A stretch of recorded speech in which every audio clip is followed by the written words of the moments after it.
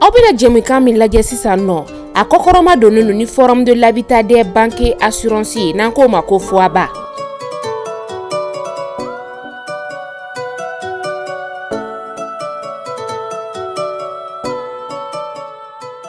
Forum de l'Habitat des Banques Assurance FOHABA ale sigira sen kan san 2015 New Yorkukaw ka jamana o kɔnɔna la. An bɛ wagati min na i n'a fɔ sisan nɔ FOHABA so 602 o de bɛ olu bolo ɲamanakaw fɛ nɔ ni o ye F3, F4 ka taa se F5 ma. Dugukolo 500 o b'u ka bolo kan Bamakɔ n'a lamini kɔnɔna la. FOHABA ale ni bankuw de bɛ baara kɛ ɲɔgɔn fɛ. N'i b'a fɛ i sen ka ye FOHABA ka nin baara in na i bɛ taa compte ni ka o dayɛlɛ u ni banki min bɛ baara kɛ ɲɔgɔn fɛ. O compte dayɛlɛli o ye fufalaki fu de. N'i ye compte dayɛlɛ wagati min na FOHABA ka so mana ja ye banki bɛ o d'i ma nka janni o k'o d'i ma i bɛ 20% ni ka o de sara banki ye fɔlɔ. 20% o saralen ye banki ye i bɛ tila k'u ka banki ka wari lasegin a ma dɔɔni dɔɔni fo ka taga fɔ ko so ale banna sarala kuma min na o bɛ so kɛ i ta ye. O kɔfɛ ni e maa min mago bɛ dugukolo la FOHABA ka bolo kan dugukolo caman de bɛ u bolo dugukolo minnu ni titre foncier de don Bamakɔ n'a lamini kɔnɔna la yan nɔ o bɛ se ka dugukolo kelen ta ni ka a d'i ma o banki kelen ka bolo kan i bɛ 20% ni ka o sara banki ye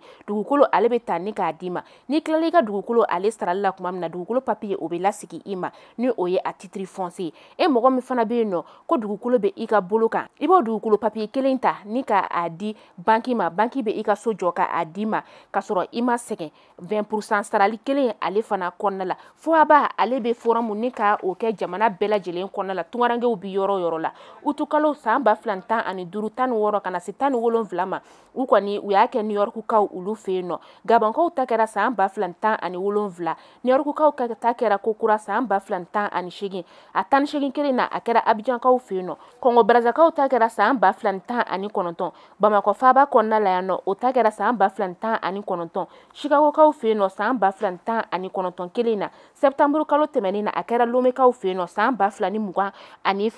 a bɛna kɛ Kokura an ka faaba kɔnɔna la yan nɔ Décembre kalo nata in na a tile 13 ka taa kuncɛ a tile 15 la san 2022 Palais des Sports o kɔnɔna la ne mɔgɔ min mago bɛ kunnafoni wɛrɛ la FOHABA ka nin soko in na nɛgɛjuru sira ale Congo 61 28 32 45 walima 20 29 72 73 FOHABA tungarankew jigi. Mali kunnafoni jabarani lajɛbaw an bɛ aw bɛɛ lajɛlen fo yan fo aw sigiyɔrɔ la Mali kɔnɔ yan ka taa se Mali kɔkan ma foli belebeleba an bɛ a ta k'a di an ka tungarankew ma kɛrɛnkɛrɛnyara sa nin wagati in na émission kura n'o ye jɛmukan kura ye o sigilen don an ka tungarankew olu tɔgɔ la jɛmukan min ni an b'a fɔ ale ma ko tungarankew kodi tungarankew kodi ale ye jɛmukan ye min ni Mali kunnafoni y'a sigi sen kan tungarankew olu kama a laɲini ye mun ye ka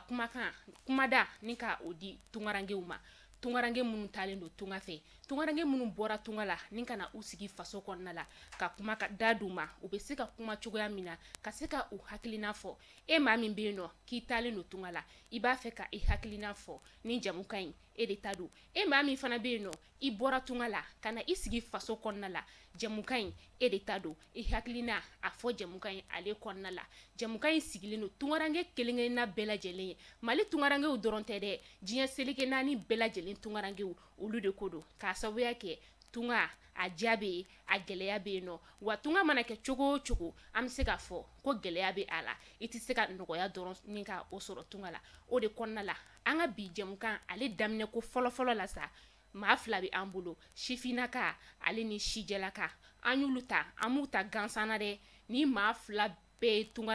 tungarankew de u taara tunga la u ye fɛn caman ye tunga la u taara cogo di tunga la u ye mun ni mun de ye tunga la u taara duguma sira fɛ wa u taara sanfɛ sira fɛ wa ne ka invitew u bɛ na ni ka o da aw kulo kan émission barikama de don b'a ɲini aw fɛ aw maa minnu bɛ k'an filɛ ni wagati in na émission ye aw k'a partager k'a sababuya kɛ kuma minnu bɛ na bɔ émission ye ale kɔnɔna la kuma barikamaw de don maa minnu bɛ yen nɔ ni tungala taga dusu bɛ u kɔnɔna la jamana in kɔnɔna la u k'a dɔn k'a fɔ fɛn min bɛ tunga la n'i taara tunga la minɔgɔ jugu bɛ yen kɔngɔ jugu bɛ yen siyɔrɔ jugu bɛ yen fɛn sugu bɛɛ lajɛlen bɛ tunga la hɛrɛ bɛ yen dɛ nka e maa min bɛ yen k'i ma taa sira ɲuman fɛ i bɛ gɛlɛya sugu bɛɛ y'i ɲɛ la yanni i ka hɛrɛ sɔrɔ tungafɛla o la o kuma la n tɛna kuma janya invité minnu bɛ n bolo kɔrɔ n bɛ na ni ka kuma d'u ma bamananw ko maa ka ɲi yɛrɛ da u bɛ na ni ka na u ka folikan kɛ k'u tɔgɔ n'u jamu ni ka o fɔ yanni jamukan in an bɛ taa ɲininkali olu sira fɛ n b'a daminɛ kiniya fanfɛla la fɔlɔ balimakɛ dɔ ale bɛ kiniya fan fɛ a bɛ n'a tɔgɔ n'a jamu ni ka o fɔ o ye balimakɛ ni ɲankuma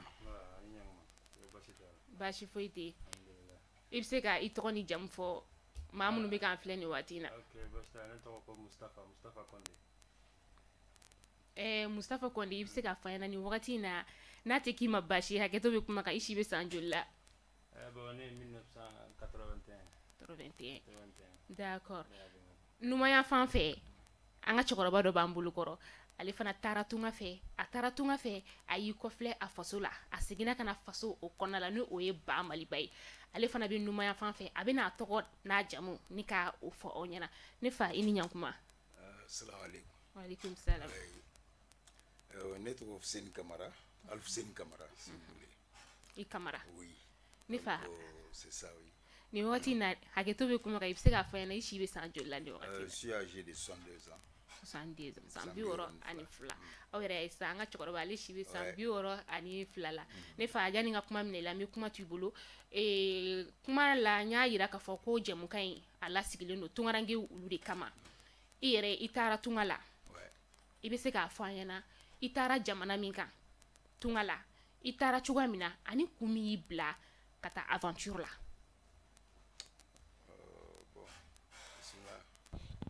ne bɔra Mali la yan en 89 sur visa n ye n ka visa ta Bamako yan de donc n tagara en décembre 89 je suis resté là-bas j'ai fait différents travaux n ye baara damadɔw kɛ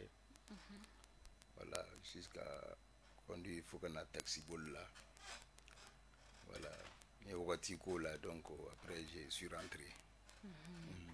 donc i bɛ fɛ k'a fɔ an ɲɛna i ka baara fanba Amérique jamana kɔnɔna la o de tun ye taxi boli ye k'i to taxi boli la Amérique jamana kɔnɔna la yala i bɛ se k'a fɔ an ɲɛna i ye gɛlɛya minnu sɔrɔ a kɔnɔ bon wagati la les années 89 kana fɔ 90 plus o wagati ni sisan fana tɛ kelen Amérique kɔnɔna na bon kow yɛlɛmana kosɛbɛ n'o tɛ anw bɛ don o tuma min na en 89 bon, il y avait trop de brutalité trop de crimes crimes tun ka ca kosɛbɛ surtout dans le domaine des taximans joginnu ni brutalité caman i tun bɛ se ka a sɔrɔ quoi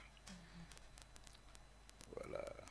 e yɛrɛ ye dɔ sɔrɔ o brutalité ninnu dɔw la oui o kɔni o ka ca i bɛ dɔw ta au moment de tes pays t'agresse ou bien agressé ou c'est qui jogi c'est ka jogi ni fɛn dɔ k'i la ka boli o n'a ɲɔgɔnna caman quoi bon foyi tɛ bɔ a la ou bien u bɛ se ka bin i kan yɛrɛ k'i ka wari minɛ mais o dɔw ni bi tɛ kelen parce que o tuma o y'a sɔrɔ caméra de surveillance tɛ yɔrɔw la bon maintenant o bɛ yɔrɔ bɛɛ la dans les rues même dans les taxis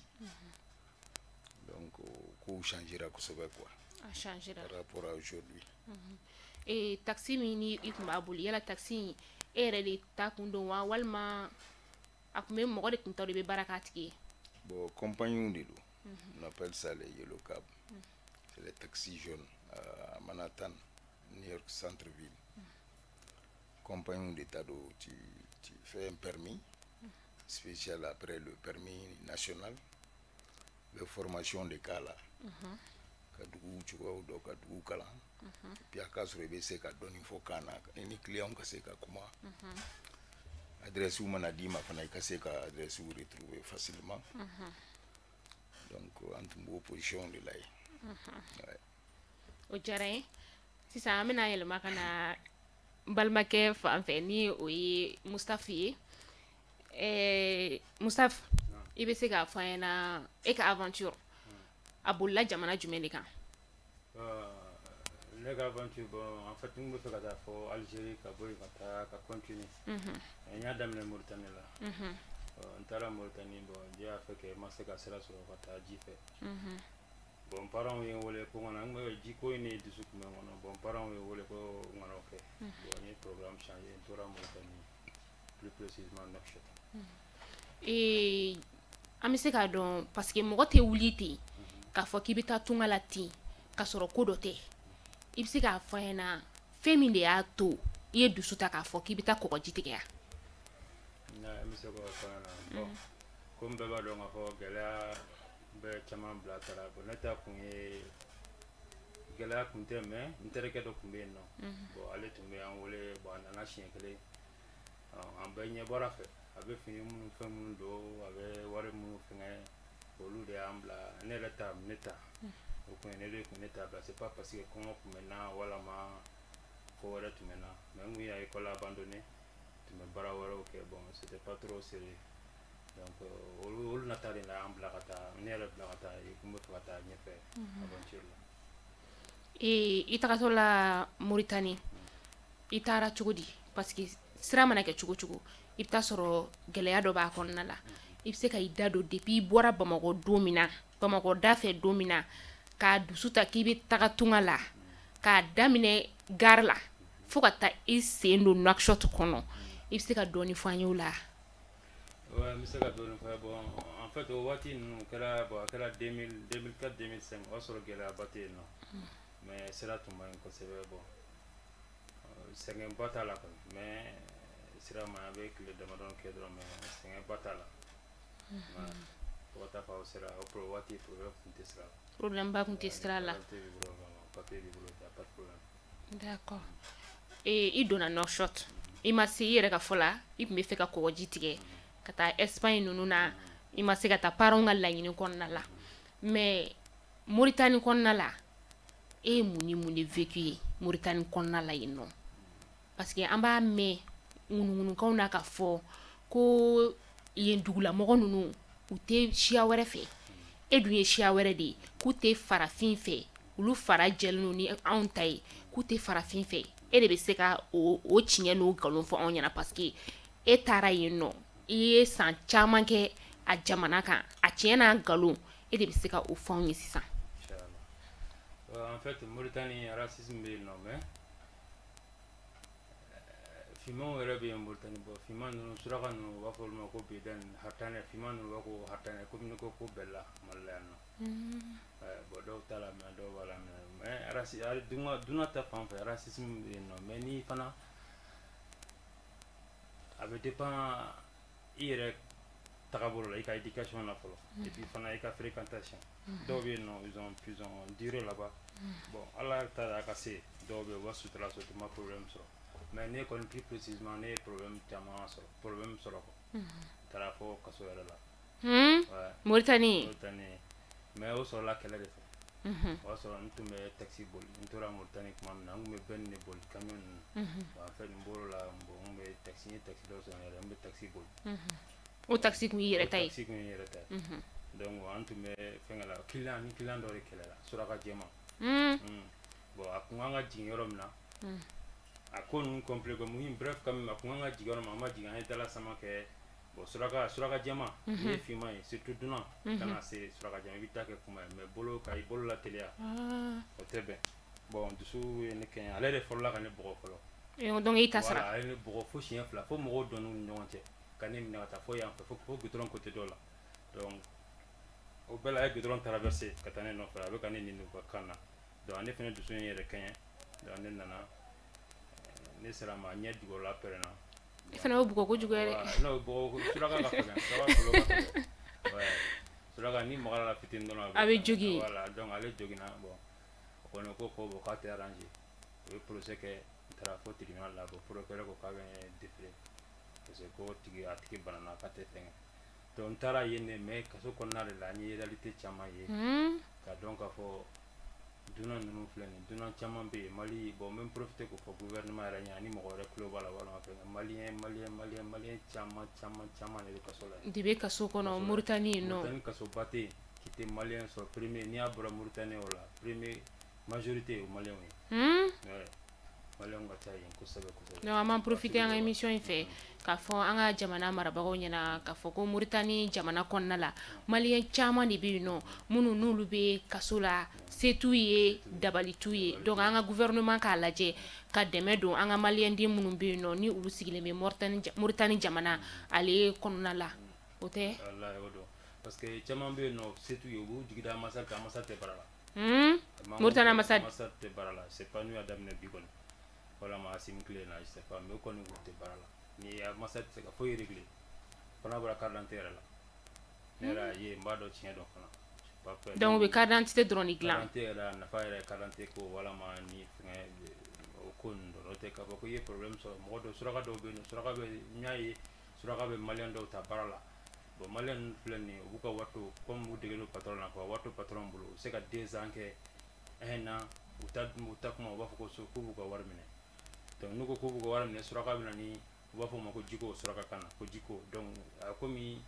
kalabantia quoi voilà ba fo ko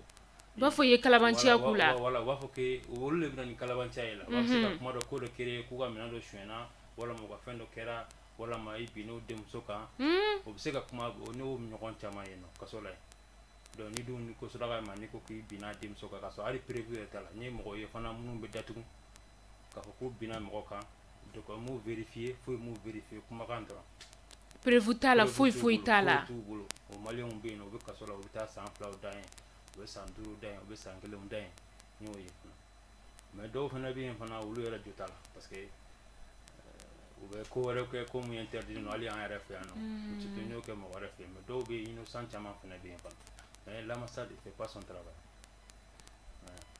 qui sera ka racisé à Barkakabu sera ka racisé à d'accord et ni kumai nere snaga nere amano malien chama de beni geleya nyona la tunga fela la Mauritanie yere doronte ibta soro jamana ko kana na malien chama de be kasola u parents yere ta donga fo be la halaya mina mo shite u kibare do ibta soro u beni la halaya jugu indi la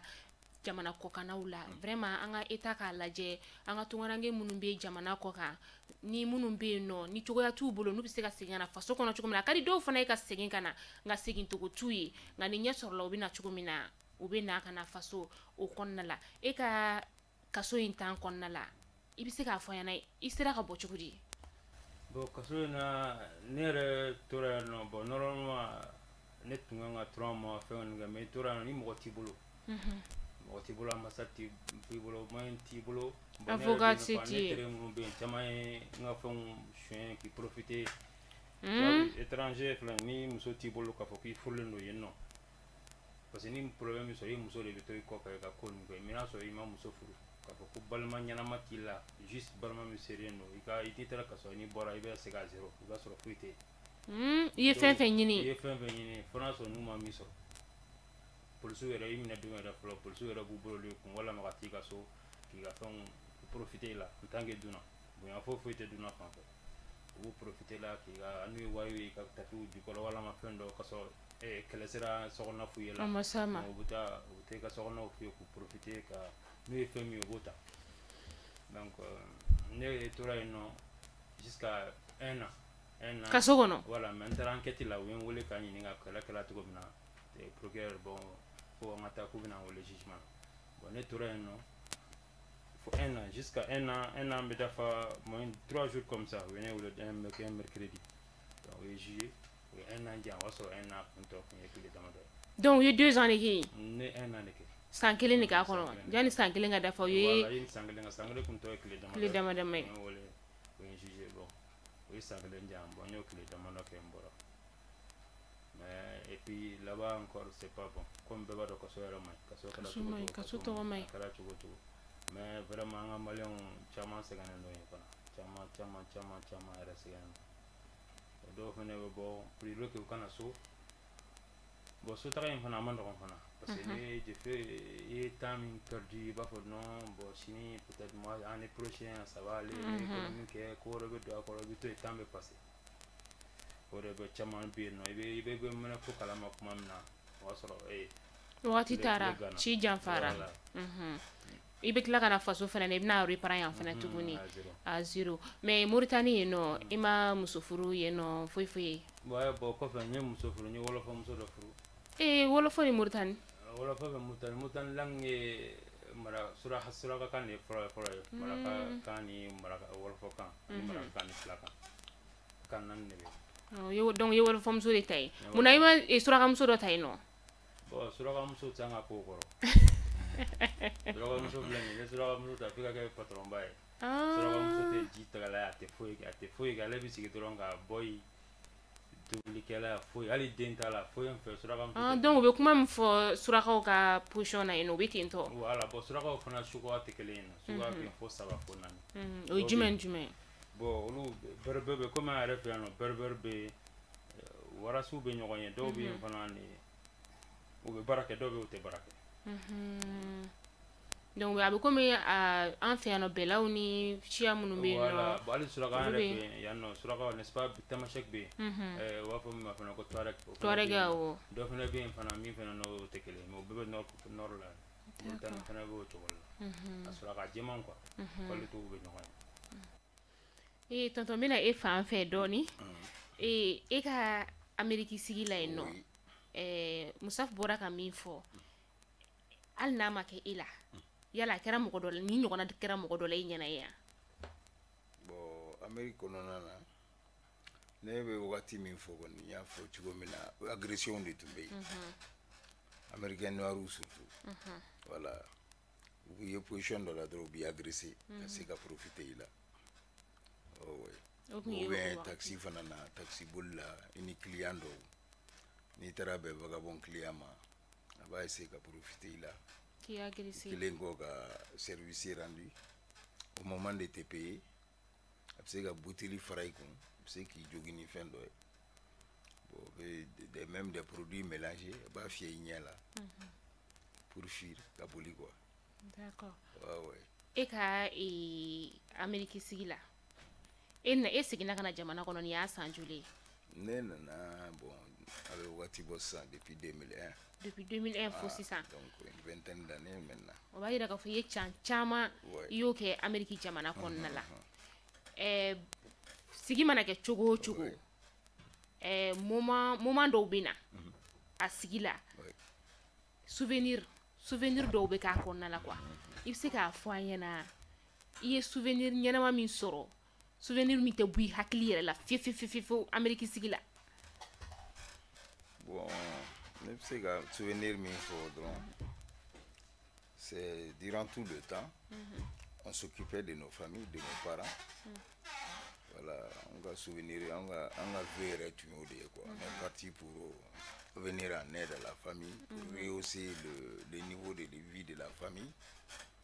de tous les proches. On a fait ça bel et bien de notre enseco là quoi. Voilà. Ka to tunga fɛ ka parents ka olu la nisɔndiya a bɛ fɛn min ɲini k'o bila ka na so somɔgɔw bɛ se ka nisɔndiya cogoya min na. Ok. Ni wagati in na jamukan in ale jukɔrɔma donnen don n'an ko ma ko sponsor officiel a sponsoriselen don ni banque assurance a sponsorisé ni forum de l'habitat des banques assurance n'an ko ma ko FOHABA ale ye cakɛyɔrɔ ye min ni ale bɛ so jɔlen de bɛ a bolo ni wagati in na so 602 o de jɔlen bɛ FOHABA ale bolo ni so ninnu kelen-kelen na bɛɛ lajɛlen bɛ ɲamanakaw olu fɛ yen nɔ wa terrain 500 o de bɛ u bolo Bamakɔ ni a lamini kɔnɔna la FOHABA ale ni bankiw de bɛ baara kɛ ɲɔgɔn fɛ ni e mɔgɔ mago bɛ FOHABA ka nin du in jɔli la n'i bɛ extérieur la i bɛ 20% ni ka o de sara banki ye n'i ye 20% sara banki ye wagati min na o 20% bɛ dépend n bɛna exemple di aw ma n'i y'a dɔn k'i ka so ale bɛ jɔ sefa wari 100,000 la i bɛ o 20% i b'o de sara banki ye fɔlɔ n'i ye 20% sara banki ye banki bɛ so ni ka ale d'i ma so papier tɛ dɛ nka so kɔni ale bɛ d'i ma i bɛ se k'a yɛlɛma i ka so kɔnɔ nka i bɛ tila tuguni ka banki ka wari i b'o sara dɔɔni fo ka taga fɔ ko so banna sara la wagati min na ni so banna sara la banki yɛrɛ y'a dɔn ko so banna sara la e yɛrɛ y'a dɔn banki b'i ka so papier ani ka papier tɔ bɛɛ lajɛlen ni ka o ta quoi o d'i ma o b'a yira k'a fɔ ko so kɛra i ta ye e mɔgɔ min bɛ yen nɔ k'i sigilen bɛ jamana kɔnɔna la yan nɔ n'o o ye ba Maliba kɔnɔna ye o ka nɔgɔn n'a bɛɛ 20% sara o tɛ aw ta la n'i y'a dɔn k'a fɔ k'i ye salarié ye ko sara bɛ i ye banki ale ta fan fɛ i b'i ka sara bila banki ka bolo kan nka o k'a sɔrɔ e ka sara a ka ca ni sefa wari 40,000 de ye fɔlɔ 20% ko tɛ aw ta la donc n'i y'i ka so ta banki b'a tigɛ ka bɔ i sara la dɔɔni fo ka taa fɔ ko so fana ale banna sara la terrain fana bɛ u bolo n y'a fɔ ɲɛna cogo min na terrain 500 o de bɛ FOHABA bolo Bamakɔ n'a lamini na terrain ninnu bɛɛ ye titre foncier de ye terrain min ni a ka di ye ni foaba y'a d'i ma terrain fana bɛ ten tɔ i b'o fana sara dɔɔni dɔɔni terrain titre foncier bɛ ta ni k'a di banque ma ni tilala i ka terrain sarali la a b'i ka terrain titre foncier ta ni k'a di ma o b'a yira k'a fɔ ko nɔgɔya don fo ni e ye namara k'a la sinon banque ni foaba olu ti namara kɛ maa la o b'a yira k'a fɔ k'u ka baara ale ka nɔgɔn kosɛbɛ foaba maaw n'aw mago b'u la kunnafoni ale jukɔrɔma don b'a don u ka numéro de téléphone a bɛ bɔ spoti ale tɛmɛtɔla fɛ ni mago bɛ kunnafoni wɛrɛ la i bɛ u wele u bɛ kunnafoni jɔnjɔn ni ka o ta ka o d'i ma an bɛ segin ka na an ka jɛmukan ale kɔnɔna la tuguni ni balimakɛ Musafa an bɛ ɲɔgɔn fɛ Musafu Moritani kɔnɔna la i yɛrɛ ka kuma la i bɔlen kaso la i ye baara sugu jumɛn kɛ tuguni pour que i ye fɛn minnu perdre ni ka tila k'olu récupérer tuguni. Bon, en fait, n bɔlen kaso la n tun bɛ baara min kɛ n seginna o baara kelen de ma. Bon, n'o ye camion boli n tun bɛ camion boli kɛ n commencera ka n ka baara continuer. Bon, n y'a essayer une fois encore ka taa kɔfɛ tuguni mais o fana o ko compliqué don parce que mɔgɔ wɛrɛw de bɛ yen nɔ n ka wari tɛna o fana la dɔw fana bɛ yen nɔ u b'a fɔ yɔrɔ dɔ ma ko Nouadhibou mɔgɔ caman bɛ taa Moritani mais ji bɛ tigɛ u ka yɔrɔ min b'a fɔ o ma capitale économique Nouadhibou a tɔgɔ ko Nouadhibou. Moritani. Voilà, dɔw fana bɛ yen u bɛ mɔgɔw arnaquer u b'a fɔ k'u taa ni Espagne u ka wari minɛ u bɛ se ka o caman fara ɲɔgɔn kan walama u bɛ argent d'i ma après o tigilamɔgɔ u bɛ tila ka tunun. I b'a ɲini mɔgɔ caman ne ka wariw ninnu taara dɔw da fɛ bon n bɛ mɔgɔ caman fana dɔn dɔw fana ka wariw taara o la o yɛrɛ y'a kɛ n fana découragera n seginna ka to yen nɔ au fur et à mesure n bɛ baara kɛ n ye muso n t'o la ka muso furu tuguni ka nin bɔ Wolofamuso furulen Espagne taga wolofamuso furulen donc wolofamuso ni wolofamuso seginna ka na wa tari nana ka wolofamuso to yen. Non bon n ye wolofamuso furu sa parce que c'est pas wolofɔ bon problème t'ale fɛ vraiment problème b'a ne de la an ka tiɲɛ. D'accord. Problème b'a ne de la. Problème t'a la o b'a yira k'a fɔ furu mana kɛ cogo o cogo nɔgɔya b'a la gɛlɛya bɛ a kɔnɔna la surtout n'i bɛ tunga fɛ mais i bɛ nin bɛɛ la Moritani i ni parents cɛ tun bɛ cogo di. Bon au début ni parents bon u tun bɛ to ka n contrôler ni ma taa Espagne ko in na bon kɔfɛ n tun bɛ n y'a tenter tuguni ka essayer ka k'a filanan min kɛ n tun ye contact tigɛ o la u tun tɛ n cogoya dɔn mais c'est pas bon n kɔni bɛ n profiter k'a fɔ mɔgɔ tɔw fana ɲɛna mɔgɔ kɛra cogo o cogo i parents kana to ka tunun la. I kibaruya ka tunun na. Kibaruya ka tunun la parce que a kɛra cogo o cogo u bɛ jɔyɔrɔ min fana kɛ o ma ɲi ma parents min ye u ɲɛ ma da i kan u bɛ jɔyɔrɔ min kɛ o ma ɲi i yɛrɛ ma o fana y'a dama saraka de parents k'a dɔn k'a fɔ fɛn kɔni t'i bolo mais i ka kɛnɛ baasi t'i la o fana o koba de tunkaran ko ma dɔw bɛ yen nɔ ne yɛrɛ y'a ne sɔrɔ mɔgɔ wɛrɛw bɛ yen a ka jugu ni dɔw yɛrɛ bɛ yen u ye san 20 kɛ i ka parents t'u sugu dɔn u yɛrɛ saraka bɔra k'a fɔ k'u sara ka sɔrɔ k'u la u bɛ tɛ taa yɔrɔ si o nana mun fɛ parce que u y'u tunu parents na o hakili la k'u bɛ se ka économie kɛ parents kana wari ci ni parents wele u b'a fɔ wari min ci ma walama nin ci ma u bɛ siran dɔw ta o ye u bɛ siran o ɲɛ u b'a fɔ ko n bɛ wari économiser wari tɛ économiser baraka bɛ bɔ wari la puis u bɛ to tila parents bɛ tunu u bɛ mɛnɛ ko la tuma min na o y'a sɔrɔ c'est trop tard donc o erreur bɛ mɔgɔ caman sɔrɔ. Kosɛbɛ a ma nɔgɔn jɛmukan in y'a fɔ an na cogo min na émission ale daminɛ la jɛmukan in ye jɛmukan kura de ye min ni a bɛ na tɛmɛ Mali kunnafoni ale jabarani sanfɛ jɛmukan in laɲini tɛ foyi ye gɛlɛya min bɛ an ka tunkarankew kan vraiment u ka se ka u ka kuma dadiw ma u ka se ka u ka gɛlɛya ni ka ale fɔ cogo min na ni weleweleda ni o bilala an ka jamana marabagaw olu yɔrɔ la a bɛ se ka kɛ dɔ bɛ bɔ u ka degun na jamana ale kɔkanna la ne fa n bɛ segin ka na i ka yɔrɔ la e seginna ka na faso kɔnɔna la ni ma fili ko depuis 2001 depuis 2001 i seginna ka na i seginnen ka na i ye activité jumɛn ni jumɛn mené ka na bon n'ale ni transport de kɛ j'ai fait le petit transport n y'o kɛ ka se fɔ waati dɔ ma bon o fana gestion na nana complication sɔrɔ avec un véhicule qui a commis un accident grave par un de mes chauffeurs découragera au créneau blanc, au secteur blanc. Voilà. Bon, après, je me suis investi dans l'immobilier. Présentement, Mbodeke. Et bien, immobilier, oui. D'accord. sisan an bɛ segin ka na video wɛrɛ b'an bolo kɔrɔ tuguni ni o ye Kasa Junior ale ka video ye a ka video in na a bɛ kuma tunga kan kɛrɛnkɛrɛnnenya ale na a terikɛ de tun bɛ ka taa tunga la terikɛ in kɔni o tanyana sira fɛ nka ale ma segin ale continue la ka taa aw ni ne an bɛ jɛ an video in lajɛ ɲɔgɔn fɛ an bɛ tila ka segin ka na studio o kɔnɔna la. Donc mon frère repose en paix quoi. Donc an bɔra so ni dusukolo de kan taa tunga fɛ nka Ala ye min di dɔgɔya bi quoi e dayɔrɔ bɛnna ɲani ma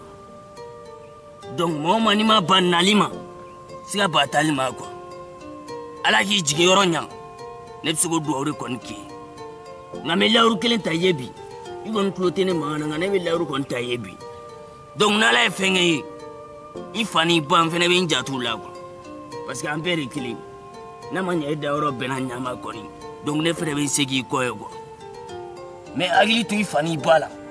ka hakili to i kɔrɔ n'i dɔgɔ la i taara fɛn ɲini na k'i bɛna di minnu ma donc n bɛ hakili t'u la i kɔfɛ i tɛna jigin n'a ye ne la o la quoi donc e ni ne an bɛɛ de kelen an bɛɛ ye joli kelen an bɛɛ bɔ Mali de la donc fantanya de y'an bila nin sira in tagali la sinon ni n ba cɛ mɔgɔ si ka laɲini tɛ i den ka saya nka n'a sara yan fɛnɛ o ye Ala ka latigɛ ye quoi donc ne kɔni bɛ dugawu kelen de kɛ Ala ka i dayɔrɔ nɛɛma quoi a bɛ se ka kɛ ne yɛrɛ bɛ taa sisan ne yɛrɛ bɛ se ka sa mɔgɔ wɛrɛw fɛnɛ bɛ ne su don yan fɛ ou bien kungo kɔnɔfɛnw bɛ ne k'u ka daraka ye bon donc n'Ala kɔni ne ɲuman don Espagne ka fɛn nɔgɔya ne ye i fa n'i ba ne bɛ se ne bɛ ɲɛsin olu fɔlɔ de ma k'olu ɲɛji cɛ k'a dɔn k'a fɔ ko mun taara k'a teri fɛnɛ b'a kɔ yan quoi donc n bɛ n janto i ka famille na k'i famille ɲɛji cɛ fo ka taa se ne yɛrɛ sa don frère n m'o layuru d'i ma bi Ala k'i dayɔrɔ nɛɛmaya repose en paix.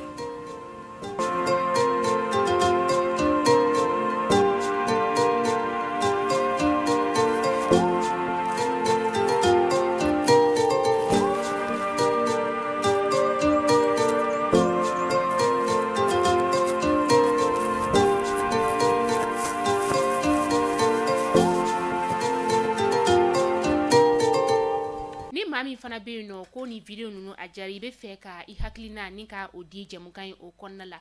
nɛgɛjuru sira 72 18 42 47 72 18 42 47 i bɛ vocal ni ka o bila an kunna walima i ka video i bɛ a ci an ma ni numéro WhatsApp la walasa an bɛ se ka i ka video ni ka ale latɛmɛ cogoya min na wagati ale bɛ ka sɛnsɛn ka na dɔɔni dɔɔni sisan an bɛna kuma di Musafu ma déjà tɔɔrɔ minnu ye i sɔrɔ Moritani jamana kɔnɔna la i ye caman fɔ o la ladilikan jumɛn de bɛ e yɛrɛ fɛ en tant que jeune k'a lase minnu ɲɛ b'a la nin wagati in na kɛrɛnkɛrɛnnenya la minnu bɛ tunga fɛ ni u taara tunga la ko tunga ma diya u la n'u bannen n'u ka segin ka na faso kɔnɔna la ka sababuya kɛ ko o ye maloya la ko ye olu bolo e bɛ se ka mun de fɔ an ɲɛna o la minnu bɛ ka an lajɛ ani minnu bɛ tunga fɛ nin wagati in na. Alhamdulillah bon kɔni ne bɛ se ka weleweleda min di bɛɛ lajɛlen ma que ça soit Mauritanie yɔrɔ o yɔrɔ parce que n teri bɛ yɔrɔ caman dɔw bɛ yen nɔ n kɔni b'a ɲini fɛ u ka cogo o cogo mɔgɔ kɛra cogo o cogo i kana bɔ so mɔgɔ t'a fɔ i tɛ segin mais n'i nana bɔ so réalité caman bɛ a dogolen b'i la téléphone ninnu bɛɛ i t'olu dɔn mais n'i nana yan nɔ i fɛ yen nɔ i bɛna dɔn k'a fɔ vraiment ko minnu bɛ yen i bɛ retard la walima i tɛ retard la walima min don i bɛna dɔn et puis fana i parents an ni parents tɛ nin na i kana bɔ i parents ka bolo ni parents bɛ nin na fana ni bɛ da ɲɛ min bɛ da i kan dis-toi que c'est waliju tɛ se k'o k'i ye mori tɛ se k'o k'i ye o baara o nafa ka bon mɔgɔ bɛ cogo o cogo i k'i gɛlɛya i kɛra cogo o cogo sugu ka kɔn kan i k'i jira i kana bɔ so kana fɔ i bɛ tunu parents la kana sira fɔ ɲɛ hadamaden i bɛɛ b'i da ka ne bolo n'Ala ye fɛn fɛn latigɛ mɔgɔ kan i b'o de sɔrɔ mɔgɔ fana Ala fana i k'i hakili to i yɛrɛ Ala ye hakili kunkolo d'a ma an ka hakili to an yɛrɛ la an kana kɛ dangatɔ danga man ɲi mɔgɔ bɛ dɔw bɛ yen nɔ a t'a fa nin direct a t'a ba nin direct mais ko dɔw bɛ yen dusukasi walama fɛn a bɛ na ni danga se hadamaden ma donc mɔgɔ kɛra cogo o cogo tungaranke o tunga a ka dɔn k'a fɔ a bɛ tunga dɔ fɛ a t'aw fo ka fɔ ko men fɛ yen nɔ men yɛrɛ fɛngɛ walama fɛngɛ par exemple Mauritanie ko ninnu caman na par exemple a ka hakɛ to lamɛnnibaga yan nɔ sun tigɛ ni kamalen tigɛ yen nɔ yan nɔ ko caman ta dɔw b'u gala wuli ko n ka muso walama n ka den wolo yen nɔ n'i ye o kɛ i ye san 2 de kɛ kaso la donc yɔrɔw tɛ kelen n'i ye mun kɛ ni muso bɛ komi i ka kɔnɔ da muso la sans mariage o ye san 2 kaso de muso bɛ taa kaso la i bɛ taa kaso la donc ni muso da ko k'i binna ka école min ta sauf n'a y'a dogo aw yɛrɛ dama ni ɲɔgɔn cɛ mɔgɔ kana ma mais ni i ta bɔra kalama o y'a kaso de mɔgɔ dɔw b'a kaso la aw fila bɛɛ aw fila donc jamanaw tɛ kelen olu ka jamana sigi ka ɲi voilà olu ka jamana fɛngɛ de ka fɔ jɛnɛya haram parce que olu tɛ pays laïque pays islamique de haramuyalen don hali n'aw ye u y'aw ye école nin na walama aw ɲɔgɔnlen bɛ cogo dɔ la u b'aw minɛ mais olu yɛrɛ kojugu caman bɛ kɛ yen nɔ a wayibalen tɛ a dogolen don mais o kɛra cogo cogo dunan i k'a dɔn k'a fɔ i t'i ka so k'i hakili to i yɛrɛ la k'o ye waatiw ye o ye tiɲɛ tonton en tant que doyen mun ladilikan jumɛn de b'e bolo ka ɲɛsin jeunes ma i denw minnu bɛ tunga fɛ nin wagati na ni nin gɛlɛya ɲɔgɔnna bɛ u kan u t'a dɔn u bɛ bɔ a la cogo cogo minnu fana bɛ yen nɔ n'u bɛ fɛ ka na cogo t'u ye dɔw yɛrɛ fana bɛ yen olu ko k'olu yɛrɛ tɛ na fiyewu mun de b'i bolo ka fulu ɲɛna e kɔni taara e seginna ka na k'a sababuya kɛ i faso a ka di ye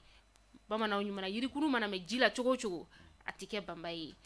i ka ladilikan fɔ anw sifinnakaw ye komi i yɛrɛ y'a fɔ cogo min na aventure tɛ ka mɔgɔw ka objectif tɛ kelen ye dɔw ta ye de k'a bɛ taa ka taa sigi badabada a bolo yen nɔ ka di ale bɛ to yen bon dɔ fana ka objectif ye de n bɛ taa fɛn dɔ ɲini n bɛ na segin ka na cogoya dɔw kɛ n ka jamana kɔnɔ voilà donc a cas o cas kɔni moi je crois que mɔgɔnifin kɔni k'i jija dɔrɔn i kana tomber erreur dɔw kɔni kɔnɔ aventure la i taara de k'i bɛ na i bɛ to yen o bon aventure erreur dɔw bɛ kɔni k'olu éviter surtout la prison tout ce qui peut t'amener dans la prison i b'i jija i b'i yɛrɛ tanga o ma voilà o diyara ye hakili la minnu bɛ k'a lajɛ nin wagati na u ye ladilikan sɔrɔ ni maa fila bɛɛ lajɛlen ka yɔrɔ la k'a sababuya kɛ ni invité fila minnu bɛ ne bolokɔrɔ bi u fila si ka objectif tɛ kelen ye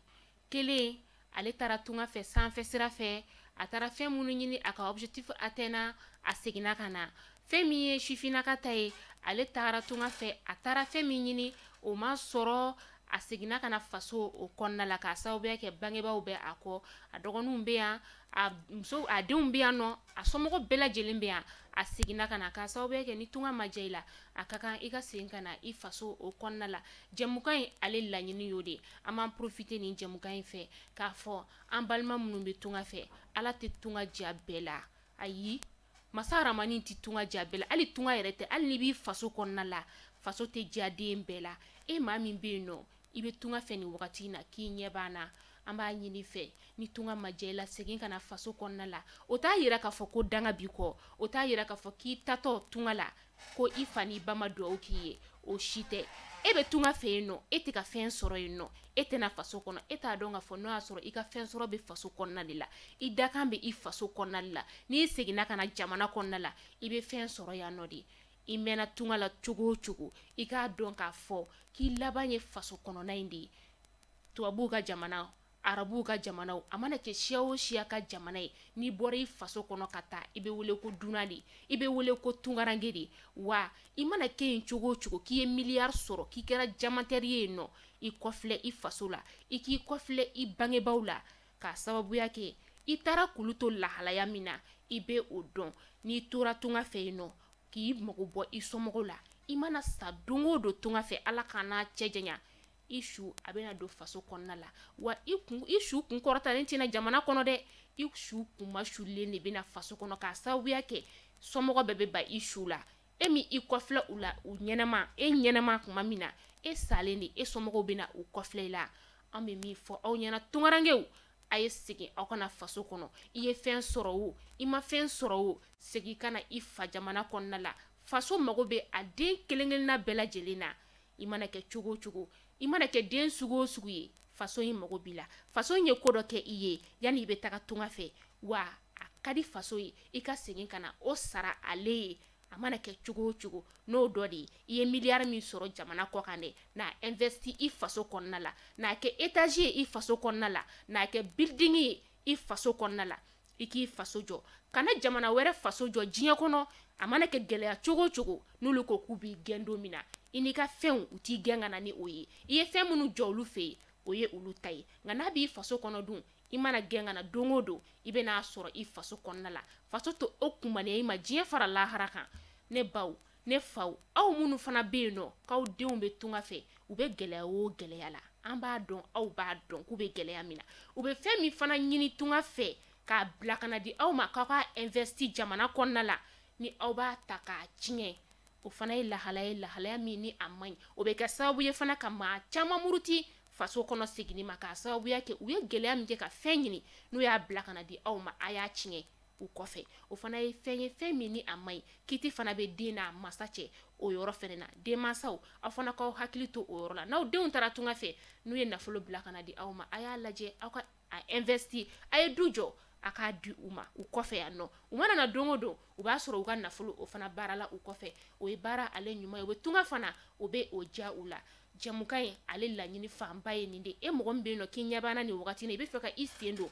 an ka nin jamukan in na nɛgɛjuru sira 72 18 42 47 hakili la invité fila minnu bɛ ne bolokɔrɔ bi aw ye faamuyali caman sɔrɔ u ka kunnafoniya ninnu na wa e maa min fana bɛ yen nɔ I bɛ fɛ ka taa tunga la I b'a dɔn gɛlɛya b'a la dɛ gɛlɛya b'a la nɔgɔya fosi t'a la to I faso kɔnɔ yan nɔ I k'a ɲɛɲini jamana in ye anw de ta ye mɔgɔ si tɛna se ka jamana in jɔ ni anw tɛ n'anw bɛɛ bolila ka taa jɔn de bɛna jɔ k'a di an ma o tuma la sera an ka fara jamana marabagaw kan an ka jɛ ka jamana ye ni ka ale jɔ ɲɔgɔn fɛ m'aw hakili jigin k'a fɔ ko kunnafoni ale jukɔrɔma don do b'a ye foaba de foaba ale ka baara o ɲɛsinnen bɛ fɛn min ma entreprise ba min don a bɛ so de jɔ ni k'a di mɔgɔw ma I b'a sara banki ye dɔɔni dɔɔni n'a ye foaba maaw fo n bɛ foli belebeleba ta k'a di n ka invité filaw ma k'u ni ce u nana an ka wele ni ka ale jaabi n'an y'an ka invité fo an tɛ ɲina an ka caméraman kɔ n'o ye an ka technicien ye an b'an ka technicien ninnu fo kabini wagati min na ni jamukan ale sigira u bɛ boli wuli la u bɛ don ka bɔ la an b'an ka technicien fo n'an ka technicien ma fo baara ale tɔ o tɛ laban